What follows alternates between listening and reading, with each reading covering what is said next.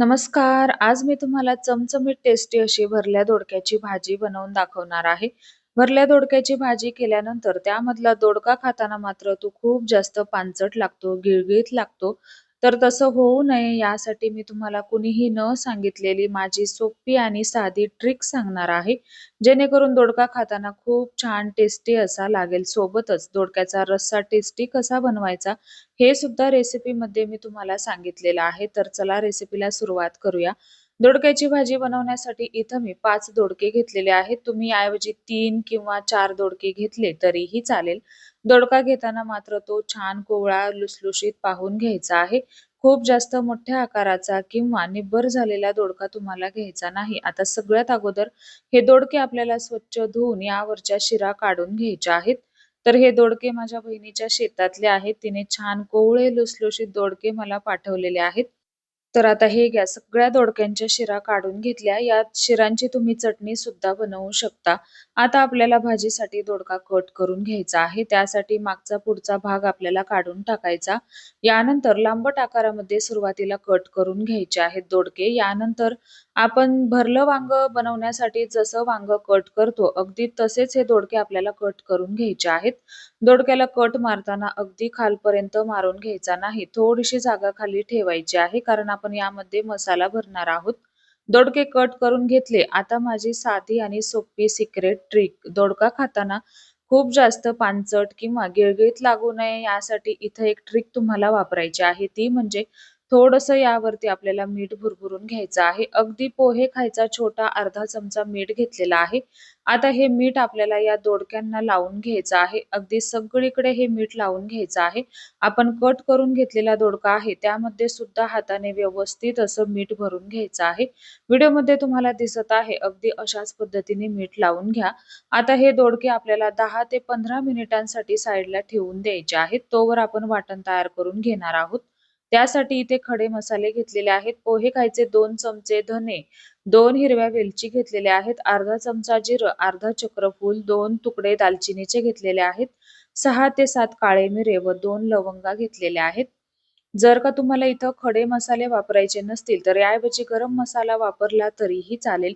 सोबतच 2 चमचे इतके तीळ घेतलेले आहेत. आता तुम्ही दोडके किती घेतलेले आहेत त्यानुसार याचं प्रमाण तुम्हाला थोडंसं कमी जास्त करायचं आहे. तर आता हे सुरुवातीला आपल्याला खरपूस असं भाजून घ्यायचं आहे.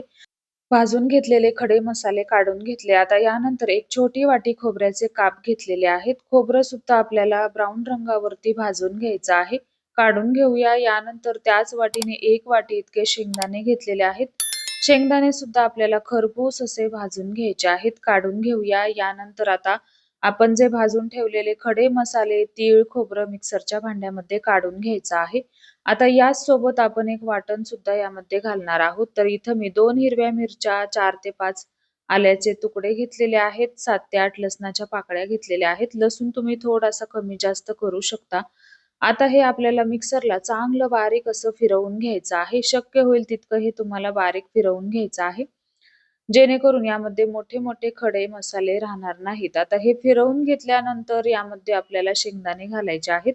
सुरुवातीला जर का शेंगदाणे यामध्ये घातले असते तर खूप जास्त बारीक झाले असते. भाजीला खूप जास्त पांढरट रंग येतो. यासाठी लक्षात ठेवा शेवटी आपल्याला यामध्ये शेंगदाणे घालायचे आहेत.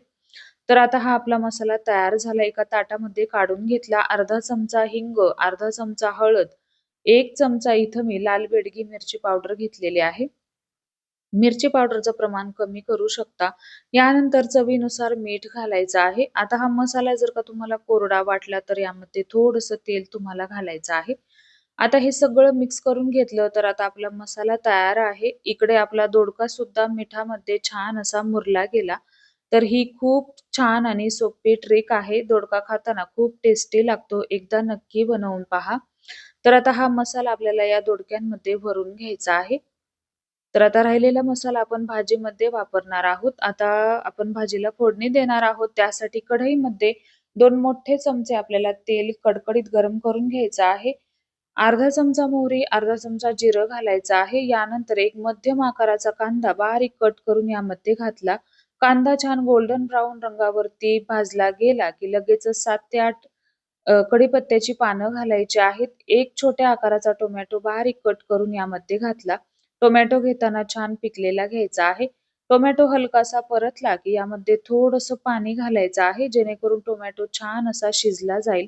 तर आता इथे पहा टोमॅटो व्यवस्थित असा शिजला गेलेला आहे. लगेचच यामध्ये 1 चमचा काळा मसाला घालायचा आहे. आपला रोजच्या वापरातला काळा मसाला घातला. आता याला तेल सुटेपर्यंत परतवून घेतलं. आपण भरून घेतलेले दोडके यामध्ये घालायचे आहेत. दोडके आपल्याला छान हाय फ्लेमवरती यामध्ये परतवून घ्यायचे आहेत, जेणेकरून खाताना गिळगिळीत लागणार नाही. छान टेस्टी असे लागतात. आता आपण जो दोडक्यामध्ये भरून राहिलेला मसाला होता, तो यामध्ये घालायचा आहे. मसाला घातल्यानंतर छान असं हाय फ्लेमवरती हे आपल्याला मिक्स करून घ्यायचं आहे. आता यामध्ये आपल्याला अर्धा ग्लास इतकं पाणी घालायचं आहे. खूप जास्त सुद्धा पाणी घालण्याची गरज नाही. दोडक्याची भाजी फळभाजी आहे. दोडका खाताना गिळगिळीत लागतो, पानसट लागतो. यासाठी दोडक्याची भाजी बनवताना नेहमी घट्टसर, दाटसर बनवायची. तर आता अर्धा ग्लास पाणी घातलं. आता हा दोडका आपल्याला 7 ते 8 मिनिटांसाठी शिजवून घ्यायचा आहे. दोडक्याची भाजी बनवताना दोडका खूप जास्त शिजवायचा नाही, थोडासा करकरीत ठेवायचा. खाताना खूप छान लागतो. तर आता इथे पहा भाजीला खूप छान असा दाटसरपणा आलेला आहे. छान असा रंग आलेला आहे. छान तर्री आलेली आहे व खायला सुद्धा ही भाजी खूप टेस्टी झाली होती. एकदा नक्की बनवून पहा. या पद्धतीने बनवली भाजी तुम्ही दरवेळी अशीच बनवाल. तर कशी वाटली तुम्हाला आजची रेसिपी? आवडल्यास रेसिपीला एक लाईक नक्की करा आणि चॅनलवरती नवीन असाल तर चॅनलला नक्की सबस्क्राईब करा. रेसिपी पाहिल्याबद्दल खूप खूप धन्यवाद.